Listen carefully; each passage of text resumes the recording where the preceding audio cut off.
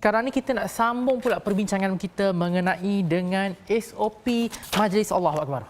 Dah melayang ke atas kan. SOP Majlis Perkahwinan ni. Jadi bersama dengan saya di pentas Assalamualaikum sekarang kita ada Encik Aziz Basiran yang merupakan Presiden Malaysian Industrial Safety and Health Association di sebelah kanan sekali. Assalamualaikum Encik Aziz. Waalaikumsalam. Sihat? Sihat, alhamdulillah. Alhamdulillah. Dan keduanya kita ada Encik Abdul Muttalib Abdul Ghaffar yang merupakan Pengerusi Jawatan Kuasa Teknikal Pembangunan SOP. Assalamualaikum Encik Abdul Muttalib. Assalamualaikum. Sihat? Alhamdulillah sihat. Alhamdulillah kan. Dua-dua segak bergaya ni kan saya rasa tenggelam sikit kan. Jadi mereka lebih arif lah dalam bab-bab SOP perkahwinan ni kan. Jadi macam Encik Aziz dengan Encik Abdul Muttalib dua-dua dah berumah tangga. Alhamdulillah sudah. Alhamdulillah lagilah berpengalaman kan. Saya ni memang tak ada pengalaman sebab masih single. Macam Ustaz Doktor cakap tadi, orang single ni sepi. Tapi tak apa, kita ada dua peneman di sini kan. Jadi kita nak bertanya dengan Encik Aziz dulu mengenai SOP perkahwinan ni kan. Seperti yang kita tahu, majlis perkahwinan ni dia tak lari daripada kenduri makan. Bila namanya majlis kahwin, kalau tak ada kenduri makan tu tak sah, tak lengkap kan. Jadi apa antara garis panduan dalam mendisiplinkan orang awam ni untuk hadir ke majlis perkahwinan? Sebab kita tahu sekarang ni nampaknya seperti masyarakat di Malaysia ni macam dah kurang cakna. Maksudnya bukan kurang cakna, maksudnya dah longgar sedikit. Pergi ke mana-mana mungkin dah tak kisah penjarakan sosial tu. Jadi bagaimana SOP untuk majlis perkahwinan ni? Bismillahirrahmanirrahim. Assalamualaikum. Rabbi shrahli sadri wa yassirli amri wahlul 'uqdatam min lisani yafqahu qawli. So assalamualaikum dan selamat sejahtera kepada semua. Jadi saya Aziz Basiran daripada Malaysian Industrial Safety and Health Association atau nama pendeknya MISHA, MISHA. Jadi sebelum tu saya terangkan peranan MISHA ni. MISHA ni sebenarnya adalah sebagai perunding premier. Ya, ini kita membantu dari aspek keselamatan dan kesihatan dalam semua sektor, termasuklah masyarakat dan sebagainya. Jadi kita berbalik kepada soalan tadi, ya ini berkenaan tentang majlis perkahwinan dan dia memang menjadi kita apa nak cakaplah dipanggil lumrah lah bahawa apabila kita terlalu lama membuat sesuatu, mengikut sesuatu yang belum menjadi habit kepada kita dan kita tidak buat secara bersungguh-sungguh dan maka suatu masa nanti lama-lama macam kita akan leka, kita akan lalai, kita akan alpa, kita ingat benda tu dah tidak ada. Jadi kita kena ingat pantun saya ni, buah berangan masaknya merah, masak sebiji di atas perahu, luka-luka di apa kaki, lutut, dagu, nampak berdarah di tangan semua kan. Tapi benda-benda yang kat dalam ni tak ramai yang tahu. Jadi ini antara yang kita cakap adalah virus. Virus adalah benda yang kita tidak dapat lihat. Jadi saranan saya kepada semua masyarakat, semua yang terlibat, tak kisahlah dalam sektor ataupun majlis persandingan perkahwinan dan sebagainya, ikutilah SOP yang ada sebaik mungkin. Sebab risiko itu masih ada lagi. Jadi itu pesanan daripada kami lah. Itu dia pesanan daripada Encik Aziz tadi kepada rakyat Malaysia. Kalau boleh patuhi SOP yang telah ditetapkan.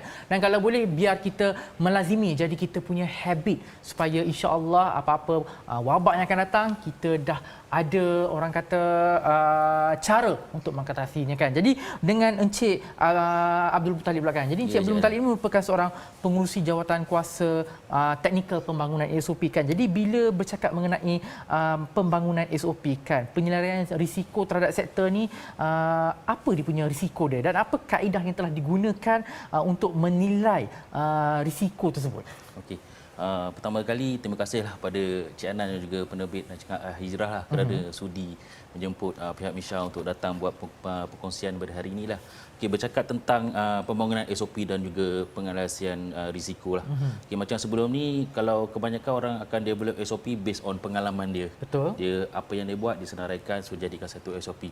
So di sini peranan MISHA kita menggunakan kaedah pengenalpastian hazard untuk bila kita nak bangunkan SOP tu lebih solid sebab setiap langkah kawalan tu kita analyze dia punya risiko dia. So apa yang kita gunakan teknik untuk kita buat SOP ni ialah kita gunakan garis panduan yang telah dikeluarkan oleh pihak JKKP, Jabatan Keselamatan dan Kesihatan Pujaan Malaysia. So mereka telah mengeluarkan satu guideline yang dipanggil HIRIGHT guideline, Hazard Identification, Risk Assessment, Risk Control 2008. So yang mana HIRIGHT itu telah diformulasi oleh pihak JKKP secara orang kata user friendly, mesra pengguna. So mana-mana sektor pun bila baca guideline tu senang dia boleh buat. So hari ini kita Misha datang, kita ambil guideline daripada DOSH tu, kita cuba terapkan kat sektor-sektor yang lebih pada sektor perkhidmatan lah, yang mana dia tak ada apa tu orang kata peruntukan untuk mengambil seorang safety officer untuk melakukan analisis risiko ni. Dia sebab peranan Misha datang sini membantu sektor-sektor seperti pengusaha majlis perkahwinan ni lah. Okey, bercakap balik pada HIREC 2008 guidelines tu. So dia terbahagi kepada 3 step utama atau bahagian utama, Cik Anan. Yang pertama pengenalpastian hazard. Pengenalpastian hazard. Hazard. Okay. So di mana setiap aktiviti tu kita identify dia punya hazard dia. Contohnya sebelum kita nak kenal pasti hazard tu, kita dapatkan dulu apakah aktiviti ataupun turutan kerja yang terlibat masa nak menguruskan majlis kahwin ni. So di situlah yang di mana NGO yang berkaitan dengan majlis perkahwinan ni datang berjumpa kami, so membincangkan SOP dia. So dia telah bagi kita satu kerja-kerja yang terlibat dalam untuk pengurusan majlis kahwin ni. So daripada situ kita ambil langkah kerja tu, kita kenal pasti apa hazard dia. So bila kita dah kenal pasti hazard dia, barulah kita boleh analisa dia punya risiko dia, sama ada risiko dia tu tinggi ataupun rendah. So setiap hazard tu risiko dia sama ada tinggi, sederhana ataupun rendah. Dan daripada risiko yang kita nilai itu, baru kita boleh cadangkan langkah kawalan yang paling sesuai. So kalau tinggi risiko tu, lagi stringent lah dia punya langkah kawalan dia. Kalau makin sederhana, kuranglah sikit. Kalau tiada risiko, mungkin kita boleh proceed seperti biasa. Itu lebih kurang punya konsep HIREC itulah. So lepas ni kalau mana-mana sektor ke yang berhasrat untuk buat SOP ni berdasarkan penilaian risiko, boleh jumpa kami lah. Kami boleh bentangkan dengan lebih detail lagi. Boleh dengan bentangnya lebih detail lagi ya. Ini saya tak puas lagi ni, tapi tak apa. Tak apa.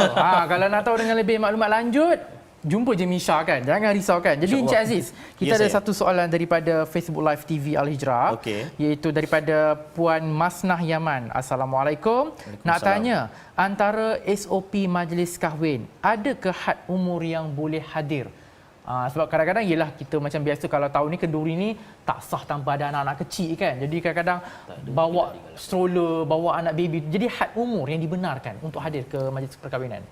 Pada permulaan kita ada cadangkan had dia umur dia tetapi akhir-akhir ni tiada had umur sebenarnya yang ditetapkan, tetapi tidak digalakkan. Terutamanya dari segi mereka-mereka yang masih belum dewasa ataupun berumur bawah 12 tahun dan yang terlalu berusia ataupun yang ketiga yang ada masalah penyakit kronik. Jadi sebaiknya kita cuba ikut mana yang terbaik supaya peluang ataupun peluang untuk kita mendapat risiko itu menjadi rendah lah dari segi kebarangkalian. Sebab apa?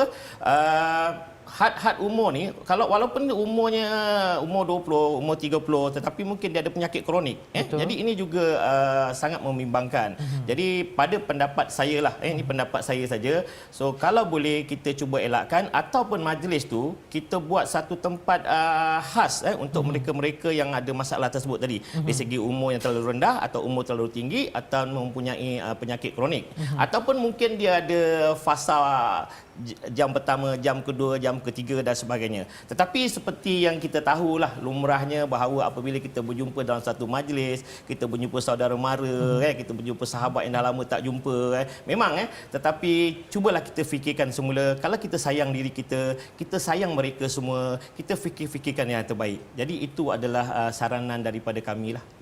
Itu dia saranan daripada Misha. Kalau boleh yang berumur, and then kalau yang ada penyakit kronik, janganlah hadirkan. Itu saranan daripada Misha kan. Jadi Encik Aziz, peranan Misha, sebab mungkin penonton Assalamualaikum dia baru pertama kali. Rupanya Malaysia dia ada Malaysian Industrial Safety and Health Association. Jadi peranan Misha ni dalam menerapkan budaya keselamatan dan kesihatan untuk seluruh lapisan masyarakat. Okey.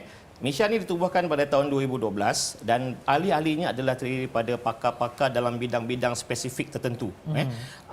Jadi kita punya peranan adalah sebagai perunding premier di mana kita cuba membantu dalam aspek-aspek yang berskala tinggi ataupun dalam bab-bab yang agak besar, isu-isu yang agak besar. Sebenarnya fokus kita pada tahun ni kita nak buat OSH in Sport. iaitu Occupational Safety and Health in Sport. Maknanya keselamatan dan kesihatan pekerjaan dalam sukan, dalam semua arena sukan.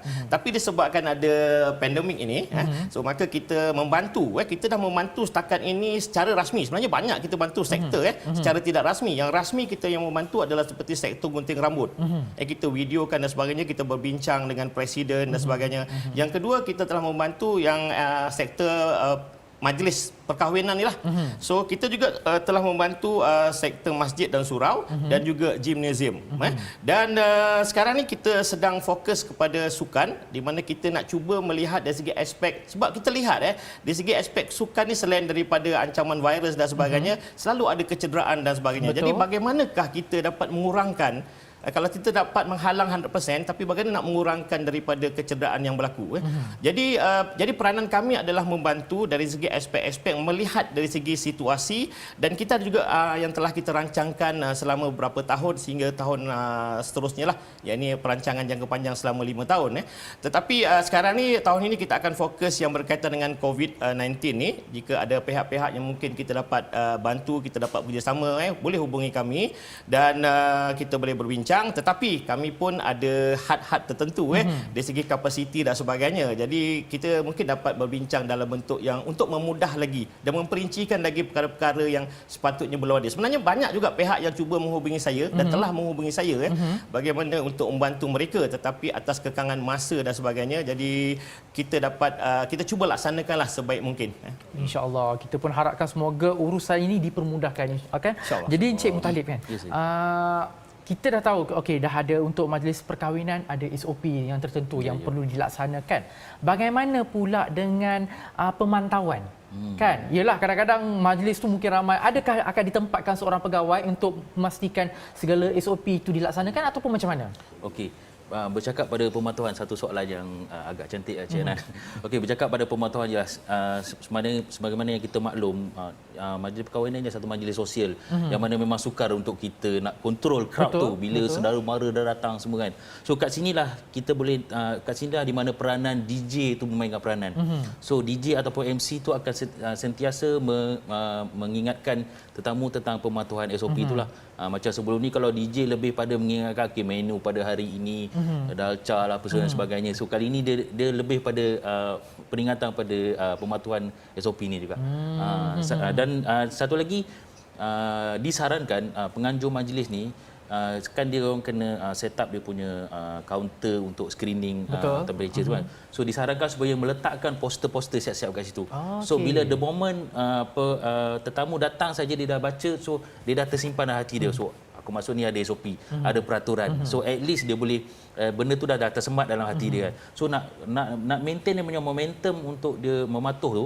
So kat situ tadi yang saya cakap di peranan DJ, dan satu lagi peranan pramusaji itu sendiri, orang yang serve tu semua. So dia akan sentiasa mengingatkan kalau terdapat macam crowd berkumpul yang tak menjaga penjarakan sosial. So peranan pramusaji tu dia kena mengingatkan.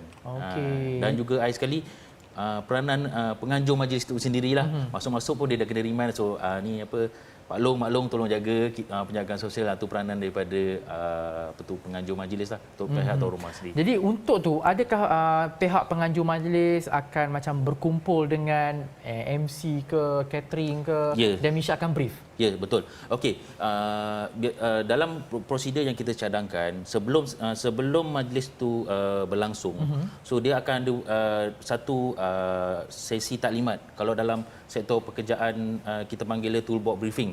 Tapi dalam ni kita panggil dia orang untuk semua yang terlibat tu, kru-kru yang terlibat, pengusahaji tu semua.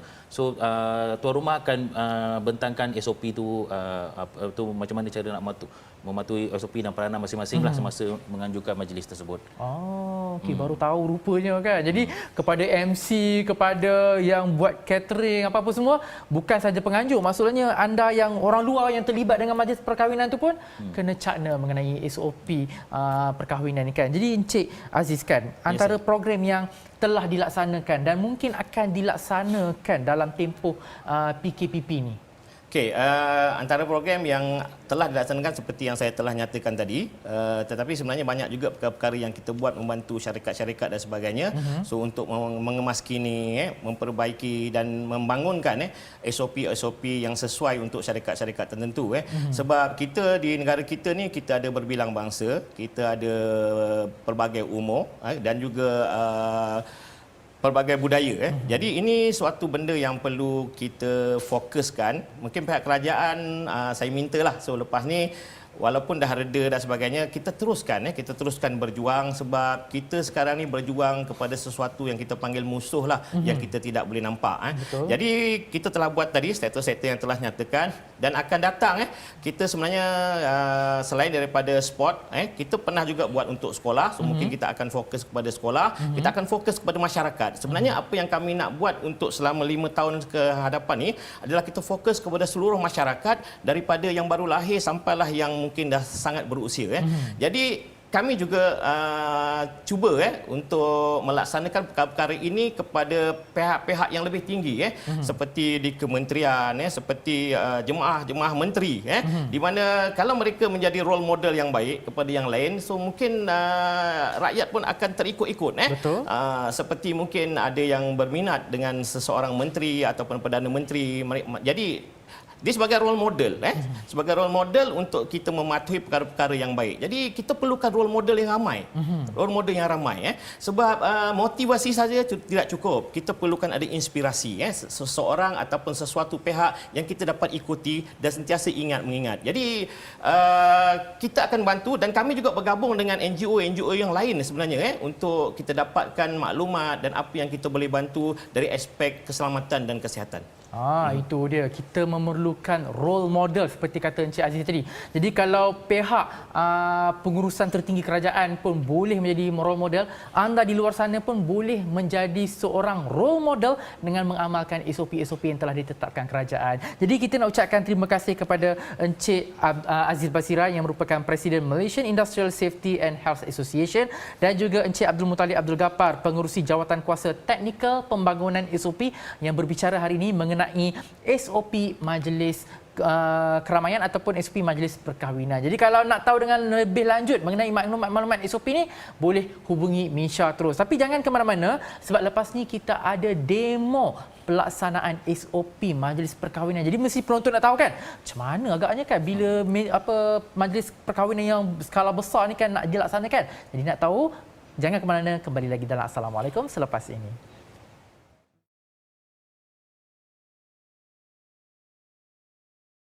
Alhamdulillah, kembali ke Assalamualaikum. My Care COVID-19, kami peduli anda.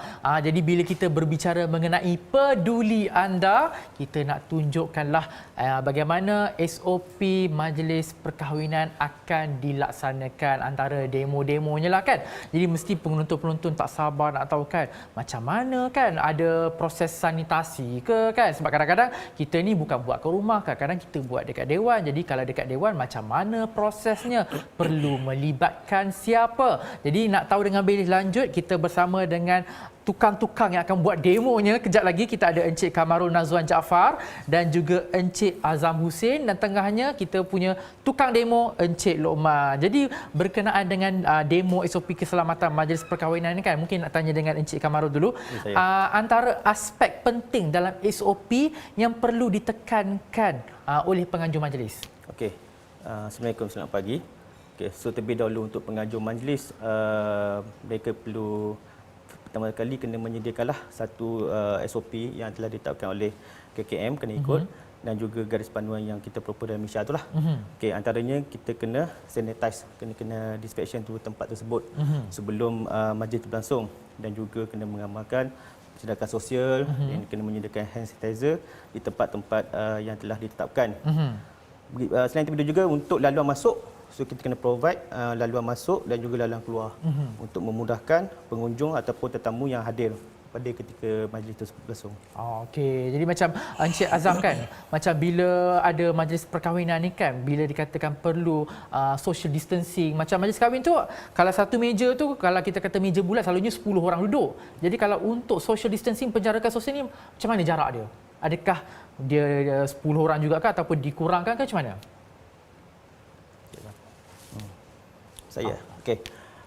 Untuk di tempat meja makan, so kita mengamalkan penjarakan sosial sama juga, iaitu mengamalkan kalau kata meja tu untuk di tempat ke 10 orang, so kita kalau boleh reduce kepada 5 ataupun 6 orang lah dalam satu tempat. Dan selepas makan dia terus immediate kena bangun bagi memudahkan tetamu lain hadir untuk menghadiri majlis tersebut.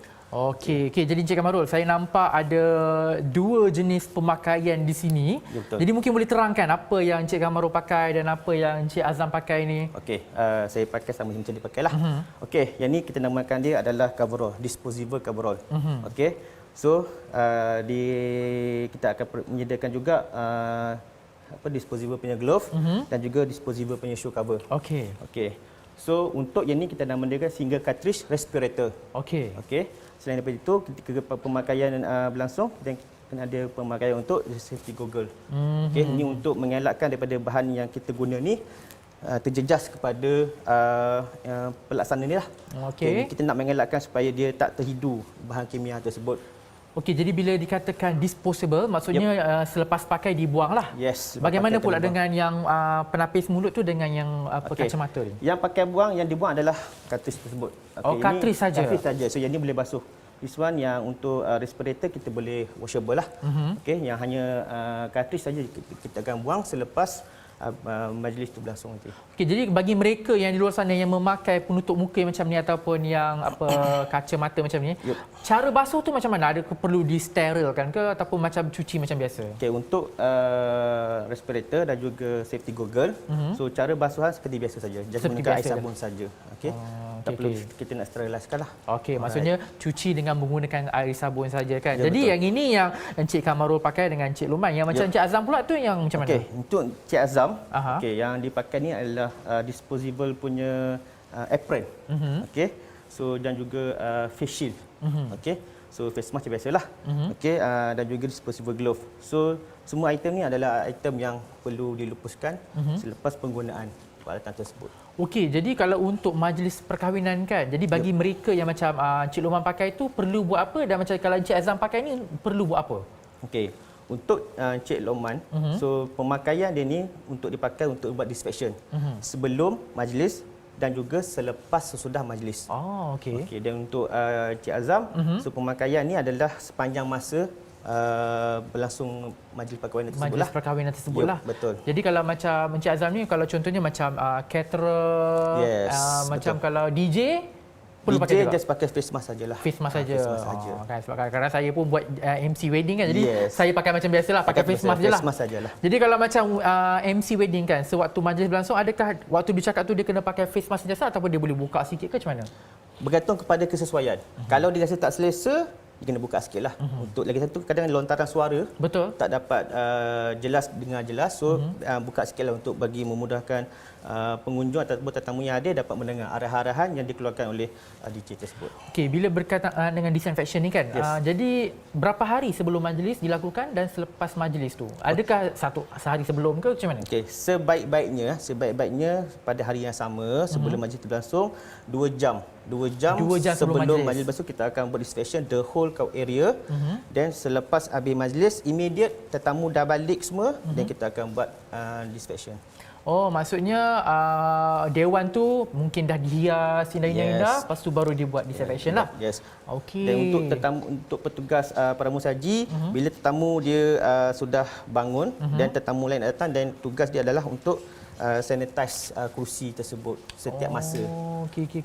Jadi maksudnya sepanjang tempoh majlis tu berlangsung, kedua-dua manusia ni ada di situlah. Yes, betul. Okey, ada di situ kan. Jadi kita dah tahu antara proses-proses dia kan. Jadi saya nampak dekat depan ni kan, selain daripada bajunya, saya dah nampak mesin. Yang ni mesin apa? Okey, ini kita namakan dia ULV fogger. ULV? ULV fogger. ULV fogger. Yes. ULV fogger. So yang ni mesin yang digunakan untuk kita sanitize ataupun kita disinfection the whole area. Okey. So dia punya kapasiti dia lebih kurang dalam 12 liter. 12 liter maksudnya menggunakan cecair lah. Cecair yang bahan kimia, bahan disinfektan yang telah mendapat kelulusan daripada KKM. Okey. Jadi macam mana dia punya proses tu? Mungkin boleh tunjukkan sikit ke? Okey, boleh. Kita nak tahu juga kan. Yep. Tengok macam alatan macam yelah selalu kalau kita buat fogging dekat rumah tu kan, halau Betul. nyamuk kan. Betul. Sama ke macam alatan fogging tu, sama ke macam yang alatan ni? Lebih kurang sama. Lebih kurang sama Lebih lah. kurang sama. Cuma kita ni dia ada kaedah pelarasan kat nozzle dia ni. So pelarasan untuk menentukan dia punya tahap mikron dia. So dia punya ni kapasiti daripada 20 hingga ke 30 mikron. Okey. So lagi tinggi dia boleh lagi jauh. Lagi jauh lah. Contohnya tempat dewan yang tinggi, kita boleh sembuh tempat lebih lagi tinggi. Maksudnya tempat-tempat yang susah untuk kita capai betul. lah. Ya, betul. Okey, jadi So, macam ni. okey dah pakai. Lepas tu Okey. kita nak pusing dulu nak tengok. Boleh tak Encik ni? Encik Lokman? Yep. Dia macam pakai backpack lah kan? Ya, betul. Macam fogging tu juga. Betul. So kapasiti dia tadi 12 liter. 12 liter. Dan antara cecair yang dia letak dalam ni apa? Kita guna chemical yang dapat kelulusan daripada KKM dan juga NEA Singapura. So kita menggunakan hydrogen peroxide. Hydrogen peroxide. Hydrogen peroxide. Betul. Susah tu saya nak menyebutnya kan. Okey, jadi dah bersedia. Jadi adakah Encik Lokman perlu memakai face mask? Ya, betul. Mungkin boleh pakai, kita nak tengok pematuhan SOP ni kan. Kita nak tengok betul-betul macam mana rupanya. Okey, jadi dah pakai betul-betul. Okey, kita kena pakai face mask yang satu cartridge ni. Ya, betul. So pelaksanaan pemakaian peralatan ni seboleh-bolehnya dipakai secara berpasangan lah, berpair. Secara berpasangan lah. Sebab seorang ni agak susah sikit lah. Ya. Kalau pengantin pun nak pakai baju pengantin pun perlu ada orang pakai kan. Tambah pula orang-orang yang macam ni kan. Kalau nak pakai seorang-seorang tu macam susah juga ni kan. Ya, betul. Sebab kalau macam face mask kita yang biasa tu pakai je terus seorang tak apa. Yang ini perlu ada bantuan rakan lah. Ya, betul. Oh, so face mask tu kena, hoodie tu kena dalam lah ya? Ya, betul. Ni untuk tak nak pakai bagi ni. bahan kimia ni terdedah lah. Lepas tu pakai hoodie. Yup. Okay. So segala kontak kita dah cover lah. Okey, jadi kita nak minta Cik Lokman pusing sekejap ke belakang. Okey. Okey, nampak tak? Face mask tu kena pakai di luar hoodie. Maksudnya hoodie tu kat dalam and then tarik. Okey, pusing balik. Okey, bila dah bersedia, apa yang perlu dilakukan selepas tu? Okey, untuk so proses tu. seboleh-bolehnya kita minta di tempat tersebut kita minta di-clearkan kawasan lah supaya tak ada orang. Tak ada orang lah. Ya, sebab dia punya bahan kimia ni agak tinggi sikit lah dia punya bau dia. So kalau boleh biar tim yang sanitize yang ada dalam tu. Okey. Dan direct lebih kurang dalam setengah jam baru boleh yang tetamu hadir tu masuk lah. Maksudnya selepas setengah jam Setengah lah. jam bagi dia betul-betul kontak apa semua. Jadi kalau macam ada seseorang yang terhidu bau chemical tu, apa yang perlu dilaksanakan? Okey, sebab kita guna chemical hydrogen peroxide ni, chemical ni sebenarnya dia user friendly. Okey, dia directly tak ada apa-apalah. Cuma kita nak prevent sahaja. Daripada kena sontak. Okay, jadi Cik Lokman, kita nak pusing kejap. Kita nak tunjuk mesin ni kepada penonton. Assalamualaikum. Kalau boleh nampak, ini contoh mesin dia lah, berkapasiti 12 liter. Ya. 12 liter, jadi sebarang unsur chemical tadi akan dimasukkan dan akan disembuhkanlah melalui, ini macam mana? Picit ke macam mana? Yes, bila kita on switch tu kita akan buka lah nozzle. Oh, dia ada switch Yes, lah ada maksudnya. nozzle dan kita ni untuk pelarasan dia punya speed dia.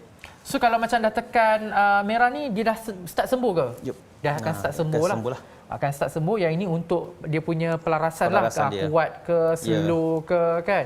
Betul.